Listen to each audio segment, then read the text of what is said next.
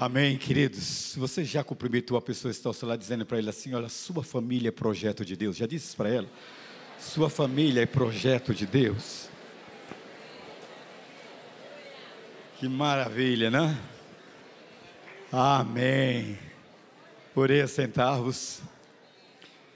E eu quero dizer para vocês, antes de mais nada, que é uma alegria muito grande estar de volta a essa igreja. Essa é uma das poucas igrejas que eu subo aqui com muito temor e tremor, porque eu sei que é uma igreja dirigida por homens de Deus. E a gente sente muito a presença do Senhor nesta casa. E aí eu disse para o pastor Emanuel assim, que não, cara, eu só vou aceitar o convite se minha esposa for, porque toda vez que eu venho nessa igreja assim, tem uma unção especial muito grande, e eu não posso receber sozinho e dizer assim, fui abençoado chegando lá em casa, né? Então eu trouxe a minha esposa, a pastora Lide, para ela receber também a unção que permeia toda esta casa. A unção que ecoa da liderança do pastor Rogério, pastor Anderson e a equipe pastoral desta casa. É magnífico. Aliás, o pastor Emanuel me convidou para pregar para os adolescentes, e aí eu tentei me desvencilhar. Falei, rapaz, eu não sou muito bom para falar para adolescente, não. Não sei como falar, é um público mais exigente, o adolescente, né? E aí ele disse, não, eu indiquei o nome, aí ele disse assim, não, irmão, nós queremos o senhor, né? O senhor vem falar. E eu quero dizer para vocês que foi o melhor público dos últimos tempos, ao qual eu preguei, foi esse público aqui. Tinha uns outros 2 pregadores comigo ali no meio deles, né? Que era assim, eu dizia um negócio, o cara fazia glória, e eu disse, aí me animava. Pensa nos adolescentes crentes, gente, ô glória, viu? Foi, olha, eu saí aleluiado daqui. Minha esposa, não, mas falei, que menino crente, gente, glória a Deus, viu? Parabéns ao Emanuel, pastor Emanuel, parabéns a Fran, toda a sua equipe que trabalhando com os adolescentes, muito lindo o trabalho de vocês, e a proposta, né, que eles trouxeram para nós. Quantos receberam uma unção nessa manhã, diz amém, glória a Deus, viu? Sem instrumento, nada, como disse o pastor, nada contra os instrumentos, mas ouvir as vozes, né? Se sentir como se nós estivéssemos junto com os anjos do Senhor num grande coro celestial, coisa de nova, de tanto barulho, o silêncio rompido só com a musicalização das nossas vozes, acalma nossa alma, amém? Mas tem um texto que eu quero, antes de ler o texto principal, eu quero ler com você, está em Jó capítulo 1, Jó capítulo 1, diz assim, a partir do versículo 1, vou ler até o versículo 5 e depois vou pular para o verso 13, o povo lá da produção que se quiser projetar a leitura, tá bom? Versículo 1 do capítulo 1 de Jó. Na terra de Uz vivia um homem chamado Jó, era homem íntegro e justo, temia Deus e evitava o mal. Preste bem atenção, igreja, esse não era um homem comum, ele era um homem que fazia parte da comunidade evangélica Canaã. E o homem evangélico da igreja Canaã, ele é íntegro, justo, teme a Deus e evita fazer o mal, amém? Diga para o homem que está perto de você, esse é você, diz aí para ele, esse é você. Esse é você, ok? Ó, esposa, mulher, as solteiras também, não casem com um homem que não tem essas qualidades, porque o pré-requisito para se casar na igreja evangélica Canaã é ser íntegro, justo, temente a Deus e se desvia do mal, amém? Se há algum homem nesta manhã aqui desviado desse padrão, hoje é o dia da sua conversão em nome de Jesus, amém? Segue o texto, ele tinha 7 filhos e 3 filhas, ele levou a sério, crescei e multiplicai-vos e povoai a terra. Então esse negócio de fazer um filhinho só não dá, vamos procriar, gente, vamos fazer filhos, tá bom? Ele possuía 7.000 ovelhas, 3.000 camelos, 500 juntas de bois, 500 jumentas. Esse é um homem próspero. Nós não corremos atrás da bênção, mas a bênção corre atrás do homem íntegro, justo, temente a Deus e que se desvia do mal. Amém? Diga, eu recebo. Amém.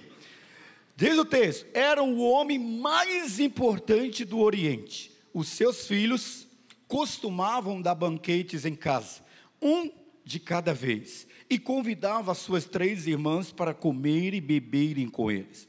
Terminando um período de banquete, Jó mandava chamá-los e os purificava. De madrugada, ele oferecia um holocausto em favor de cada um deles, pois pensava: talvez os meus filhos tenham em seu coração pecado e amaldiçoado a Deus. Esta era a prática constante de um homem íntegro, justo, reto, que teme o Senhor e se desvia do mal. Ele é o sacerdote da sua casa. Amém? Versículo 13, segue e diz: certo dia, apesar de todas as qualidades de Jó, apesar dele exercer o sacerdócio, ele não estava isento de sofrer aflições. Por isso o texto diz: certo dia, quando os filhos e as filhas de Jó estavam em um banquete, comendo e bebendo vinho na casa do irmão mais velho, um mensageiro veio dizer a Jó: os bois estavam arando e os jumentos pastavam por perto, quando os sabeus os atacaram e os levaram embora. Mataram a espada os empregados e eu fui o único que escapou para lhe contar. Enquanto ele ainda estava falando, chegou outro mensageiro e disse: fogo de Deus caiu do céu e queimou totalmente as ovelhas e os empregados, e eu fui o único que escapou para lhe contar. Enquanto ele ainda estava falando, chegou outro mensageiro e disse: os caldeus vieram em 3 bandos, atacaram os camelos e os levaram embora, mataram a espada os empregados, e eu fui o único que escapou para lhe contar.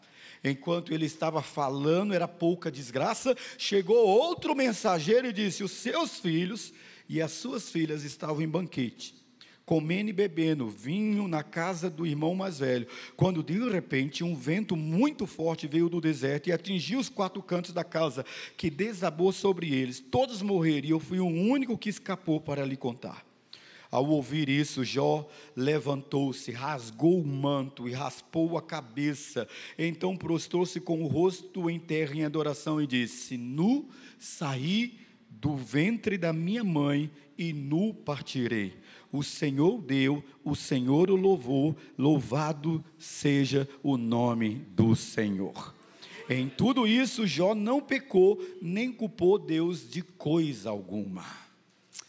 Deus quer que você chegue a esse nível de intimidade e relacionamento com o Senhor. Talvez você olhe para isso aqui e ache assim: não, mas isso aconteceu em Jó, não acontece todo mundo. Não acontece. Eu tenho uma ovelha, seu nome é Késia Barros, casada com o João Barbosa.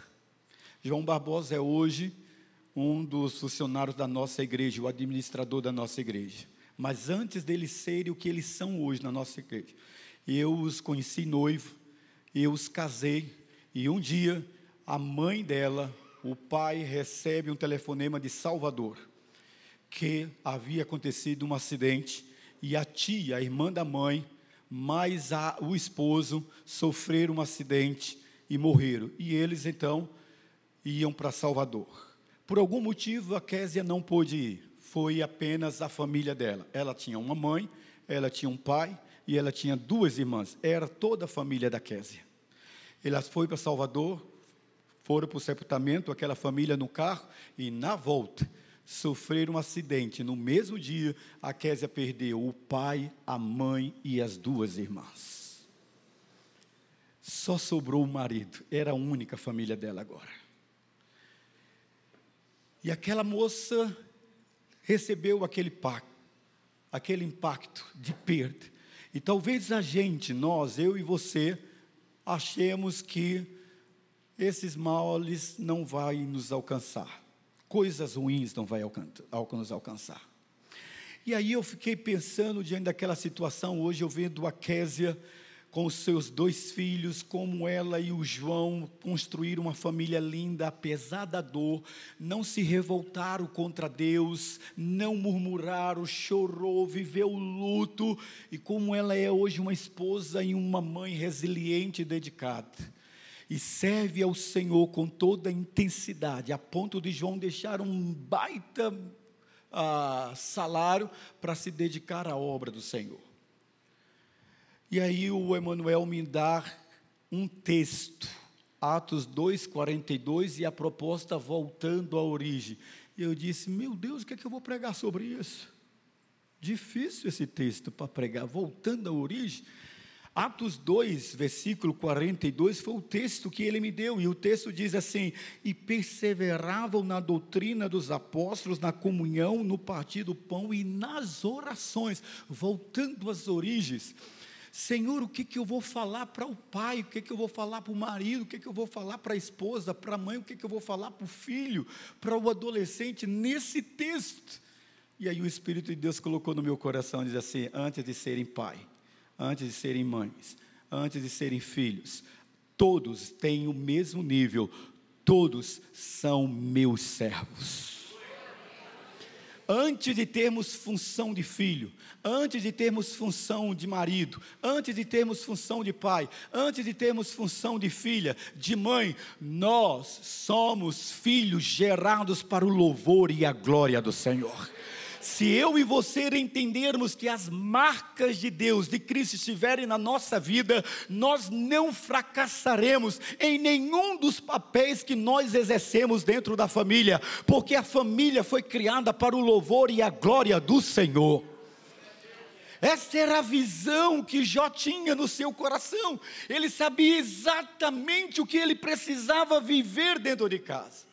Então Deus colocou no meu coração e diz assim: não pregue sobre o tema que eu dei ao meu servo Emanuel. Pregue, diga para o povo voltar às origens, e pregue em cima do que a palavra está dizendo. E o texto está dizendo exatamente isso. É o que Jó viveu anos, séculos da nossa existência, mas ele sabia pela sua experiência o seu relacionamento com Deus. Deus, querido, é um Deus que habita no sublime trono, mas ele também habita no meio de um povo de coração contrito e quebrantado. O sucesso da minha vida e da sua vida não é o quanto nós conhecemos da palavra de Deus, mas o quanto a palavra de Deus é capaz de transformar, de lançar luz dentro da minha e da sua casa. Por que não há tanta transformação social? Ontem eu disse aqui para os irmãos de que uma sociedade forte é quando tem famílias fortes. E por que o Evangelho ainda não fortaleceu as nossas vidas? E por que o Evangelho ainda não transformou a nossa sociedade? Porque nós precisamos voltar às origens.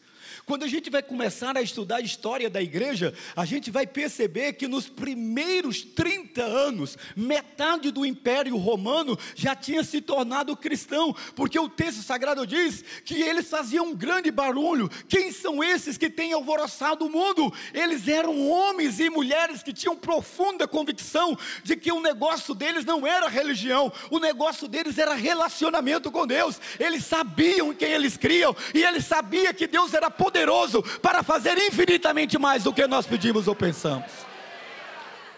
Deus não é um Deus de religião, é de intimidade, queridos. Não é a religião que transforma a sua casa, não é o culto que transforma a sua vida, mas é o tipo e a qualidade de intimidade que você tem com Deus. Nós precisamos refletir sobre o que o texto diz, explorar o que significa a doutrina dos apóstolos, a comunhão, o partir do pão, o que significa orações. O que o texto, o que Paulo quer dizer isso em Atos 42?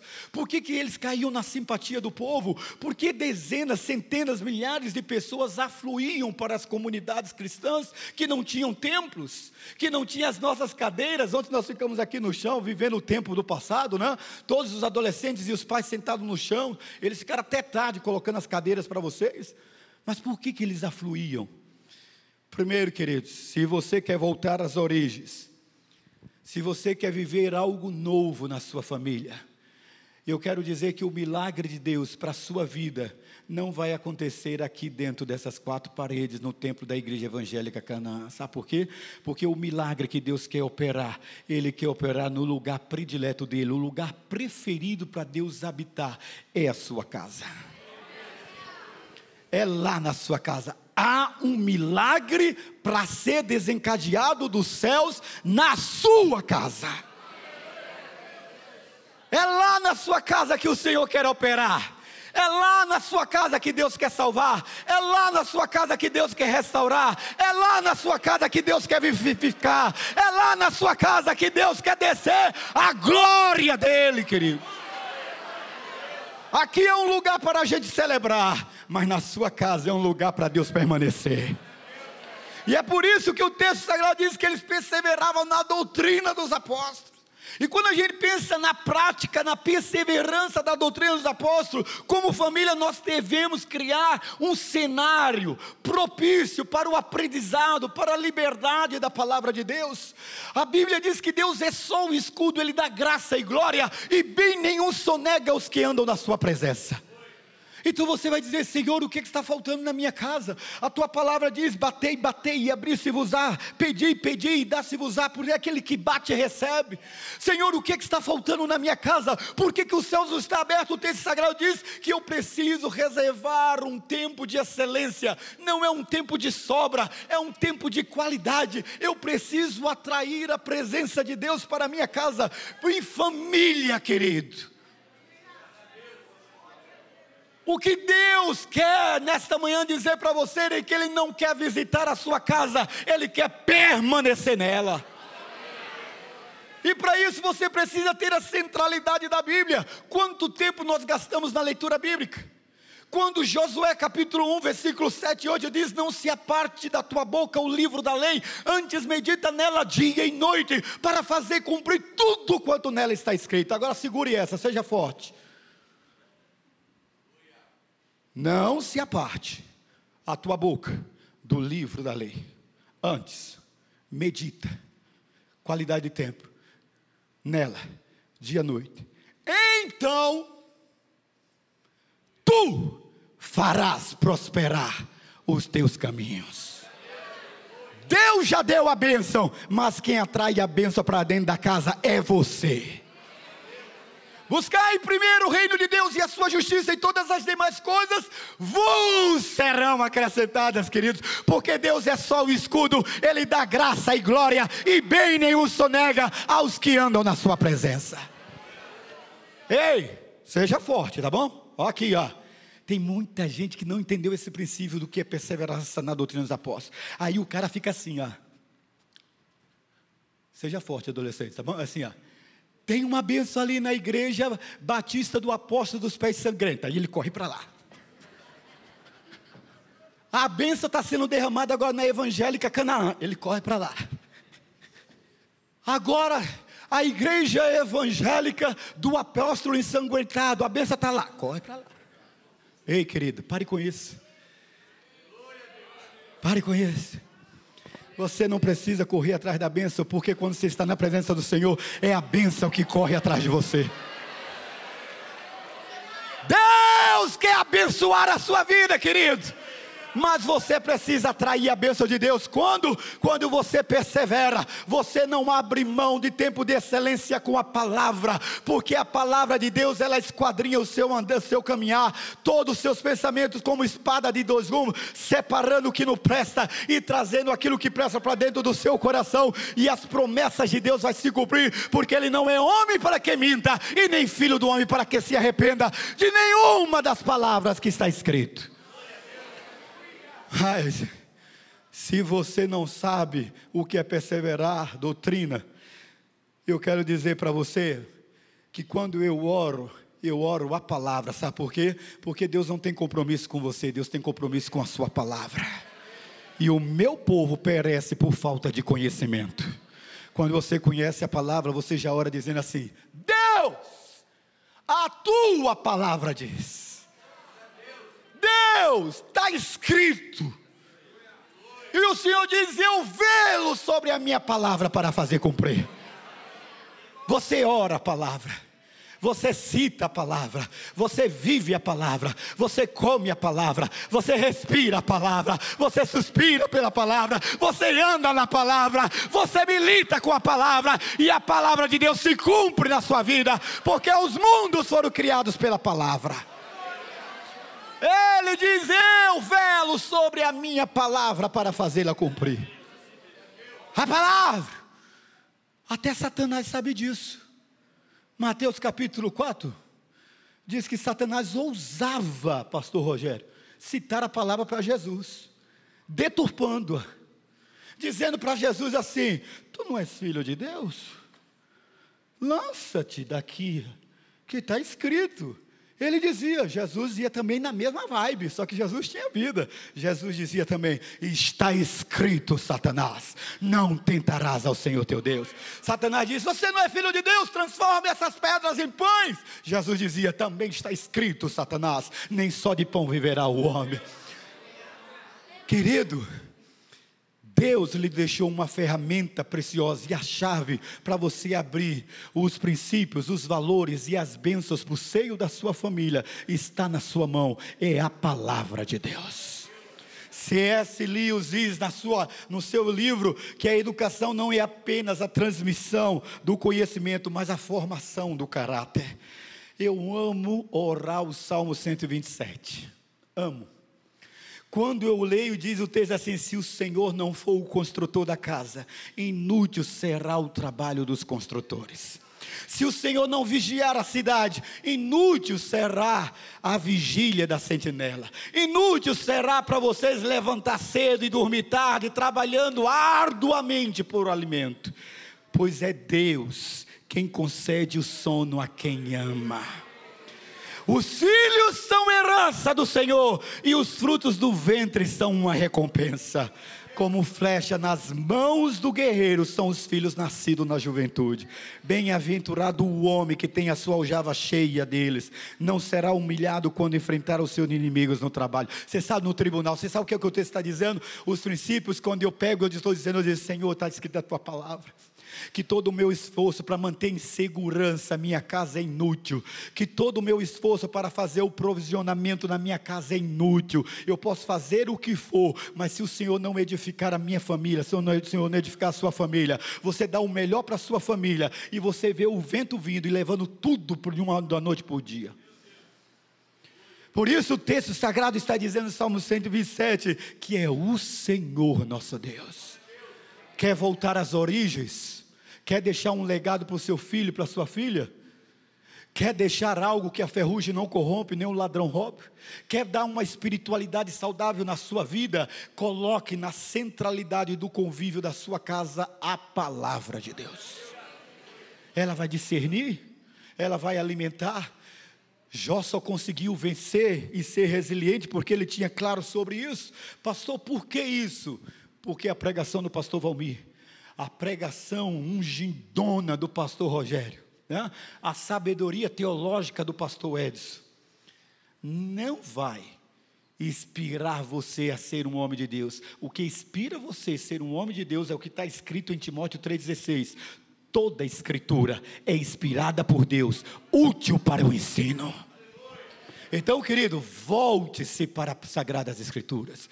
A Bíblia, ela não contém a palavra de Deus. Ela é a sua única regra de fé e prática. É ela que alimenta a sua alma. Então não ande pelo que você vê, não ande pelo que você sente, não ande pelo que você supõe que seja verdade. Ande pelo que você crê. E se você crê que a palavra de Deus é a boca de Deus, então traga de volta para dentro da sua casa a profecia.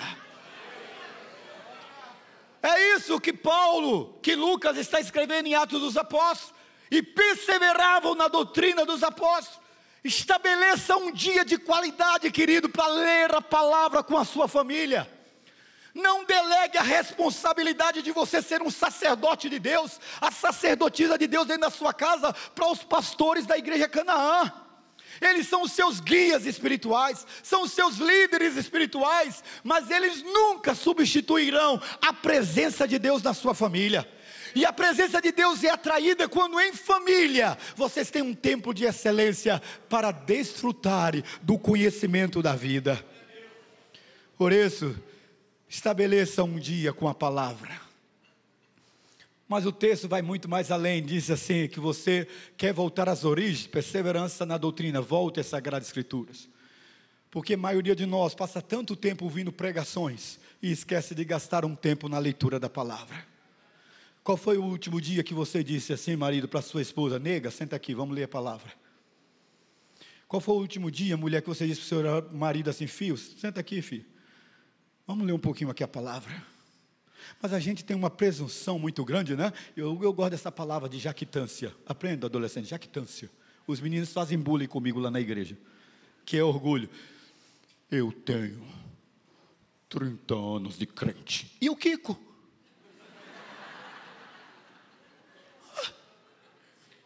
Que você tem 30 anos. Eu estou com o pastor Rogério, pastor Anderson, há 25 anos. Sou membro fundador da Igreja Evangélica Canaã. E o Kiko?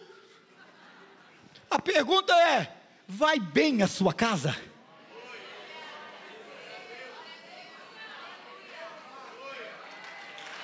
Pergunta isso para você, querido. Vai bem a sua casa? O Salmo 127 é uma vivência na sua casa.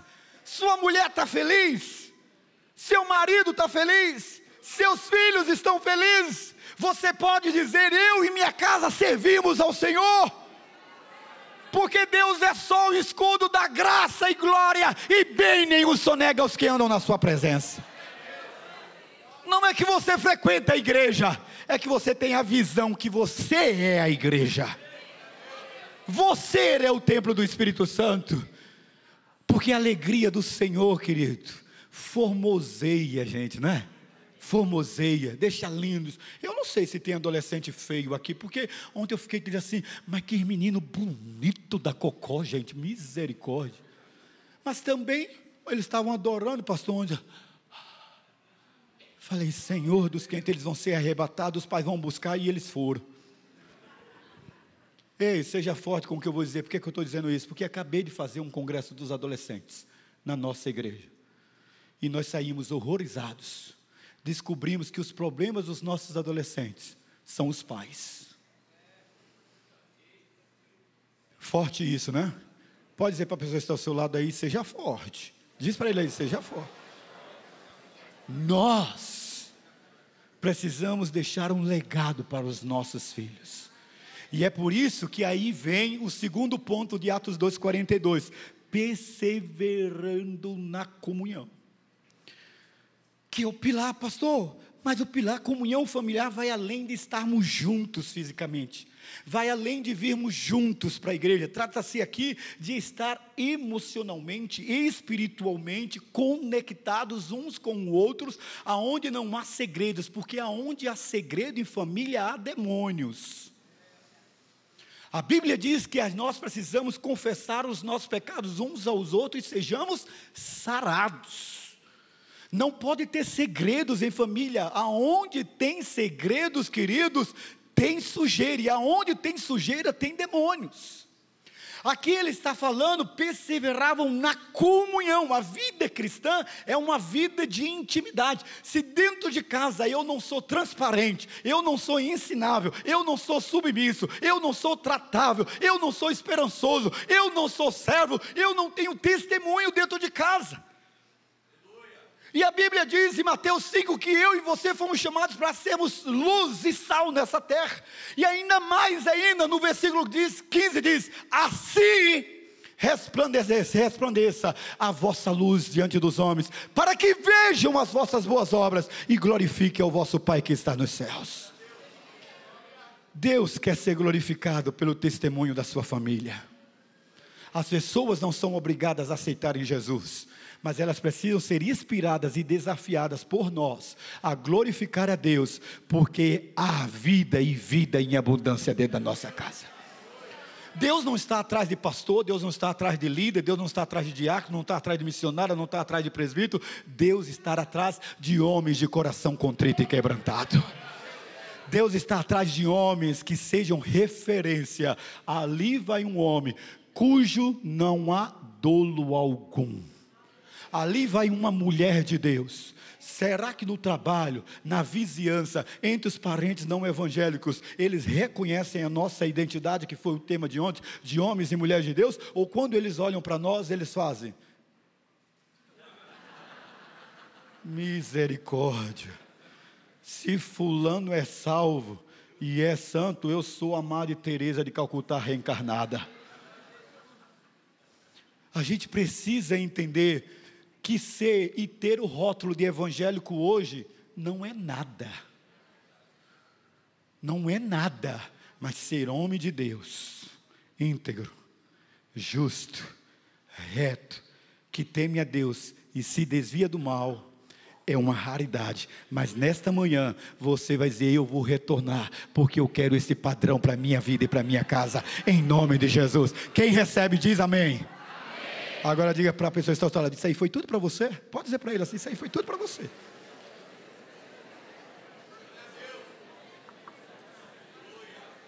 Amém? Está doendo? Não, né? Depois o pastor Anderson não vai me convidar mesmo mais, então vamos embora, né? Queridos, Filipenses capítulo 2, versículo 1 e 2, faz coro, pastor Emanuel, assim, ó filho. Se por estarmos em Cristo, nós temos alguma motivação, alguma exortação de amor, alguma comunhão no Espírito, alguma profunda afeição e compaixão, completem a minha alegria, tendo o mesmo modo de pensar, o mesmo amor, um só Espírito e uma só atitude. Espiritualidade saudável, que é o livro do pastor, do escritor Philip Yancey. Ele diz que espiritualidade saudável não é quando você se sobressai na função que exerce dentro de casa, mas todos sabem quais são as suas funções, porém todos sabem que o maior tem que servir ao menor. O princípio da honra de filhos que honram o pai é quando o pai tem autenticidade, tem transparência, tem autoridade comportamental, é alguém que sabe trazer Deus para dentro da sua família. Não tem como esse homem ser desonrado pela esposa, porque ele exerce um sacrifício de amor incondicional. Não tem como essa esposa não servir esse marido, ser submissa a ela, porque ela é honrada, adornada, respeitada, cuidada, protegida, a segurança na sua casa. Não tem como os filhos não serem canais de bênção, se há comunhão entre pai e mãe, entre marido e esposa. Ele diz: eu quero um casamento igual do meu pai e da minha mãe, porque Deus está neste lugar. Não tem como.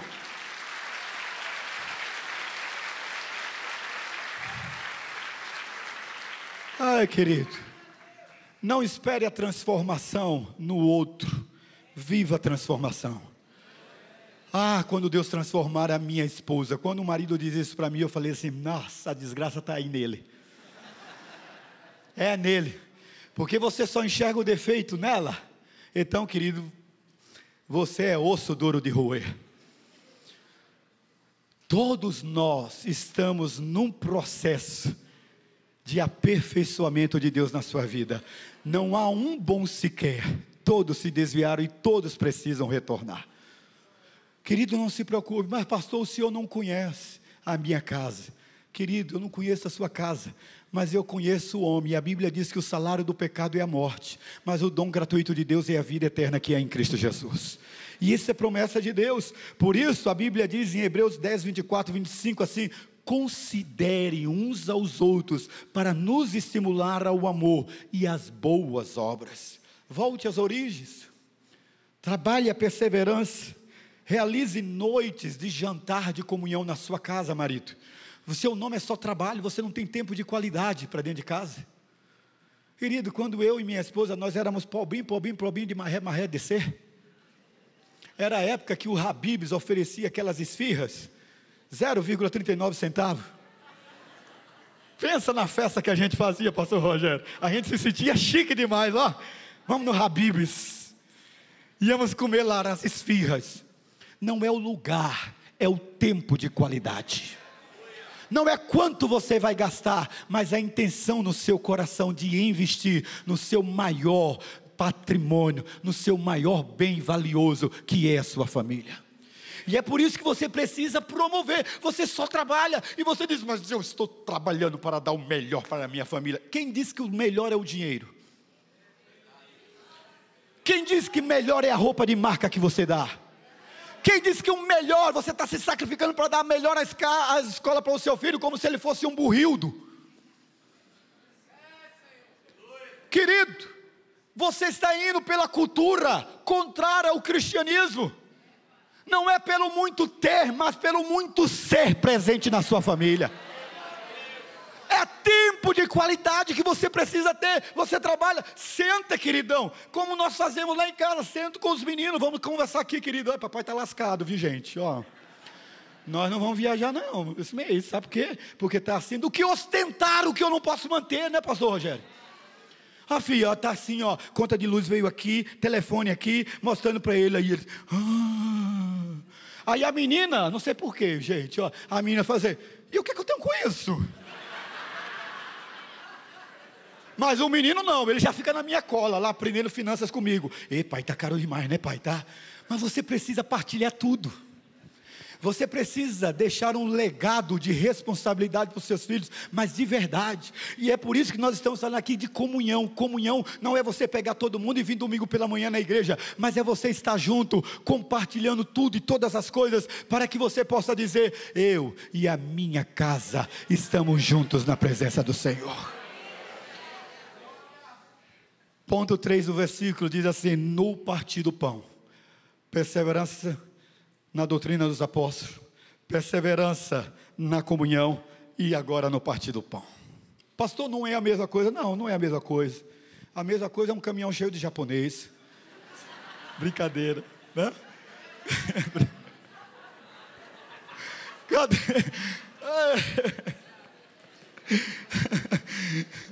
Parece ser um gesto simples, mas é uma prática poderosa, o partir do pão, na mesma importância e o mesmo valor que a gente dá à ceia do Senhor. A gente já percebeu como você espiritualiza a ceia do Senhor?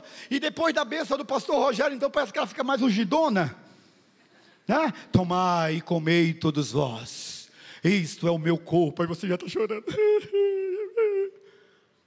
Ei, querido, a ceia, o tempo de qualidade de uma refeição que você faz à mesa com a sua família, tem a mesma santidade, o mesmo valor e a mesma espiritualidade que a ceia na casa do Senhor. Valorize a família, almoçar juntos, jantar juntos. Espiritualize aquela refeição. Deus providenciou o pão, Deus providenciou elementos da família. Aquela mulher que você diz assim, mas essa mulher, pastor, se eu não conheço, ela é chata, mas você escolheu. Não foi Deus que me deu, mentira do cão, foi você que escolheu. Deus colocou Analice e Isabel, mas vocês que quis essa daí. Agora, querido, comeu a carne, vai roer os ossos. E rói o osso, glorificando a Deus e dando glória ao Senhor, porque você vai entrar no céu é com ela. Não tem para onde escapar. Então, querido, traga a espiritualidade para a mesa. Embora a ceia do Senhor na igreja tenha um significado especial, em família nós podemos criar um sentimento de gratidão. Mas você não pode comer às pressas, você precisa ter tempo ali, para na mesa conversar. Mande todo mundo desligar o celular, até ele. Desligue, meu bem. Mulher nova, bonita e carinhosa, faz o homem gemer sem sentir dor. Meu bem, não manda ele desligar não, que você vai desonrar ele na frente dos filhos. Faz com carinho, né? Faz como a minha esposa faz comigo. Querido, desliga. Aí quando eu olho feio, aí ela diz assim, olha o coração, olha o coração. Certo? Então, meu amado, meu bem, desliga o celular. Todo mundo, vamos conversar na mesa. Vamos fazer a nossa refeição. Não dá para ser o café da manhã, porque todo mundo corre. Não dá para ser o almoço, vai ser na janta. Mas vamos ter um momento de gratidão. A irmã Teresa Lisieux, ela disse, a missão da família é ensinar o amor. Amor não é sentir, amor é decidir. Em cada refeição, nós podemos relembrar ao milagre, as bênçãos de Deus, e dar a você o que você não merecia, e Ele lhe deu uma família abençoada. Não é fácil não, queridão. Olhe para essa mulher que está ao seu lado, aguentar o seu ronco, só Jesus da causa. Misericórdia. Esses dias eu viajei com os colegas, bicho, não dava para dormir. Falei, meu, que serrote desgraçado. Mas você sabe o que a esposa falou para mim? Disse assim, ô pastor, não fala assim no meu marido não, eu não sei dormir sem esse serrote. É amor. Amor não é sentir, é decidir. E é por isso que a Bíblia diz claramente, queridos, todas as vezes que você vai para o partir do pão, faça isso em memória do Senhor. Toda refeição, ela é santa, porque você está em família, e a Bíblia diz quão bom e quão suave é que os irmãos vivem em união. Não aplique esse versículo só no contexto da igreja, aplique esse versículo no contexto da família. Para terminar, o texto sagrado diz por último, quer retornar na perseverança da doutrina dos apóstolos, na perseverança da comunhão, no partir do pão, mas na oração. A oração deve estar presente em tudo que nós fazemos. A Bíblia diz orai sem cessar, amém? Orai sem cessar. A Bíblia nos exorta a estarmos em constante oração. Aliás, o renomado pastor Martin Luther King, ele diz que a oração é o mais sublime e o mais potente dos atos para uma família bem-sucedida. E não é para você exercer o ministério do ore por mim, vivendo pedindo oração, ore por mim, ore por mim. Se lance numa jornada de oração. Faça como Jó. Jó não sabia se os filhos dele tinham pecado ou não, mas ele pagava o preço para a oração. Se tem um hábito que eu e a pastora Lídia nós fazemos com os nossos filhos, não é só quando eles estão acordados, não, é passarmos na cama deles, para poder colocar a mão na cabeça dele, dar um beijo e orar por ele. Senhor, o João está só com 16 anos, mas não deixa que nenhuma Jezabel olhe para ele, Senhor. Ó Senhor, me dá recurso, eu não quero que meu filho entre na Universidade Federal, agora está um ano de perdição, mas agora eu não tenho recurso, mas me dá as cabras, os jumentos e Jó, Deus, para eu bancar a faculdade dele. Orar para a minha filha, Senhor, minha filha é tão bonita, mas tem tanta piriguete gospel agora, Senhor, aí fora, filhos de crente, né? Guarda minha filha, Senhor, para que ela não olhe para a moda do mundo, que ela se espelhe na mãe dela. Ó Senhor, aí fico orando por ela, dou um beijo e vou e dizer para o meu filho, às vezes eu chego lá e eu digo assim, João, meu filho, eu esqueci de dizer uma coisa importante para você, meu filho. Aí ele, que foi, pai? Eu já disse para você que eu te amo hoje. Aí, pai, Aí às vezes é só para ver como é que ele reage. Às vezes parece que eles não gostam, mas ele gosta demais. Eu deixo ele na porta da escola, que é longe, e aí eu deixo ele distanciar bastante. Quando ele chega mais ou menos ali na parede, vejo assim, bem alto, eu digo assim, ô João, eu te amo. Ele, meu Deus do céu. Você vai dizer o que é assim, pastor, o que é isso? É oração. Oração são frases de elogio, de reconhecimento. Você não fica de joelho orando por ele? Pois transforme o poder da oração em palavras que joga seu filho para cima. Deixe ele saber o que está no seu coração. E é por isso que nós entendemos, reserve momento sim, para você orar junto com a família, seja pela manhã, na hora da refeição, à noite, antes de dormir. A palavra do Senhor diz em Filipenses 4:6, em tudo, pela oração, apresenteis as vossas petições. Crie, querido, uma cultura de ser abençoador. Nós não precisamos inventar nada. E eu louvo a Deus pela Igreja Evangélica Canaã. Eu disse para minha esposa, está vendo?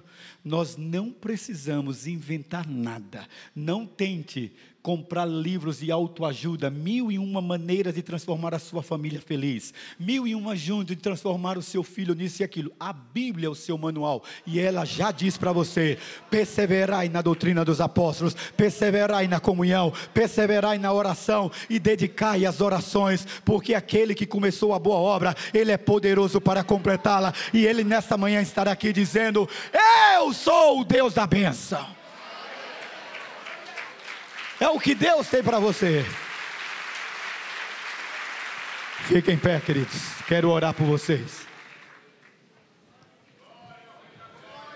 Aleluia. Chegue aqui, cantores. Gente, me apaixonei por essa menina. Posso levar essa? Eu troco, mando 10 para você em troca dela.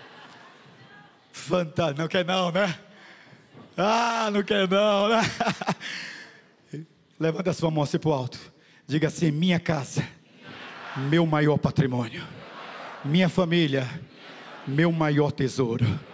Em nome de Jesus, eu vou retornar à origem de tudo.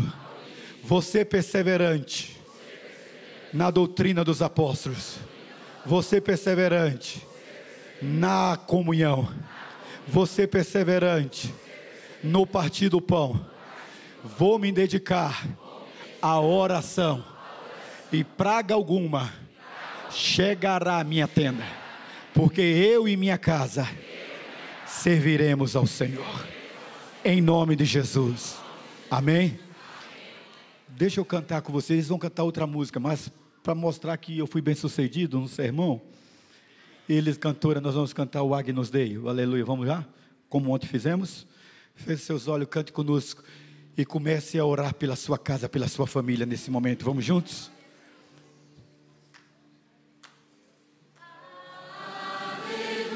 Você pode dizer: louvado seja o Senhor Deus.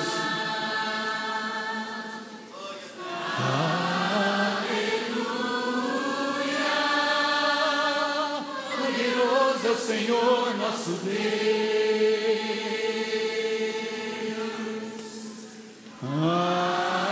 Aleluia.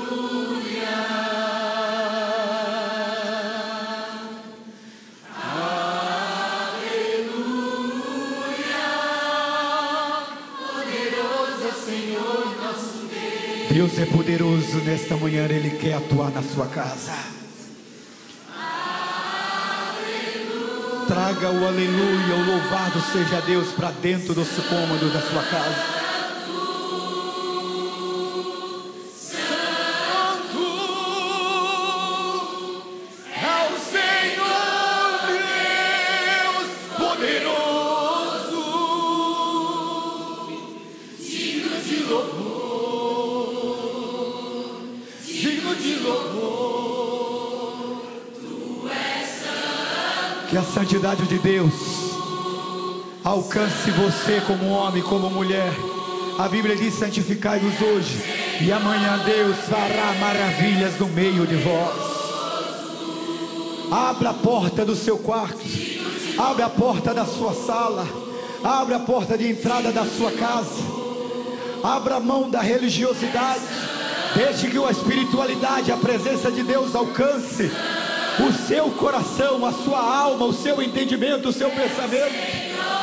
Deixe Deus reconstruir em você o temor do Senhor, e você seja como Jó, íntegro, justo, temente a Deus, que se desvia do mal porque observa a palavra.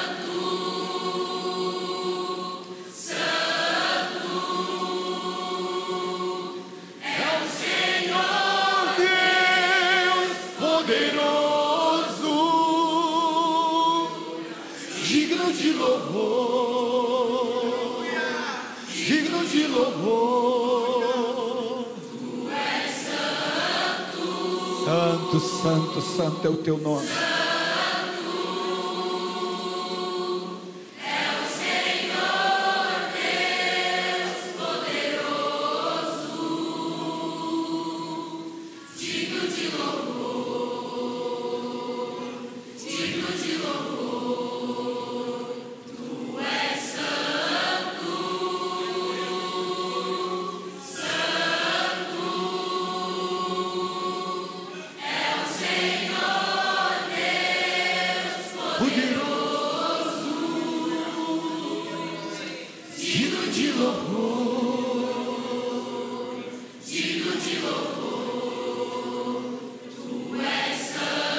Aleluia, Pai.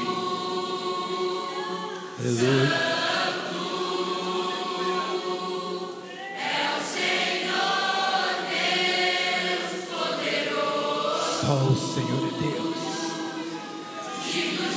Aleluia, Pai.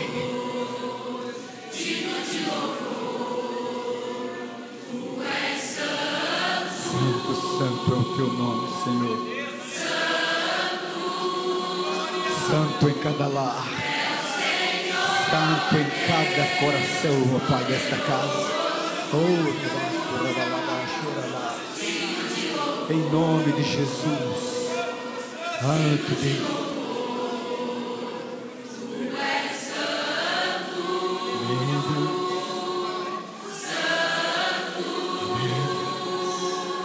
Aleluia.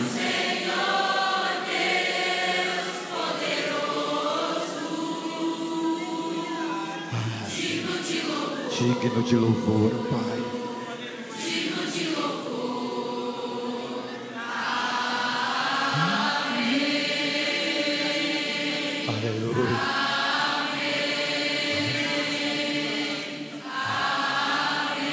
Aleluia. Amém. Glória a Deus. Você pode dar um glória a Deus. Glória. Glória, glória, glória, glória, glória seja dada a ti, Senhor. Em nome de Jesus. Amém. Eu quero terminar, se você não guardar nada do que eu falei, só uma coisa você vai sair daqui dizendo para a pessoa que está ao seu lado. Escolha essa pessoa, não sei se é sua esposa, seu esposo, se é um amigo, mas diga para ele assim: eu aprendi, diga para ele, eu só aprendi, que a sua família não é perfeita, como a minha família não é perfeita. E nesta manhã, nós vamos parar de olhar para a família do outro e achar que a família do outro é melhor do que a minha. Toda família aqui é imperfeita, mas todas são chamadas para adorar o Deus perfeito, que pode trazer paz, felicidade e prosperidade nas nossas famílias. Pegou a visão? Amém. Deus abençoe. Poder sentar.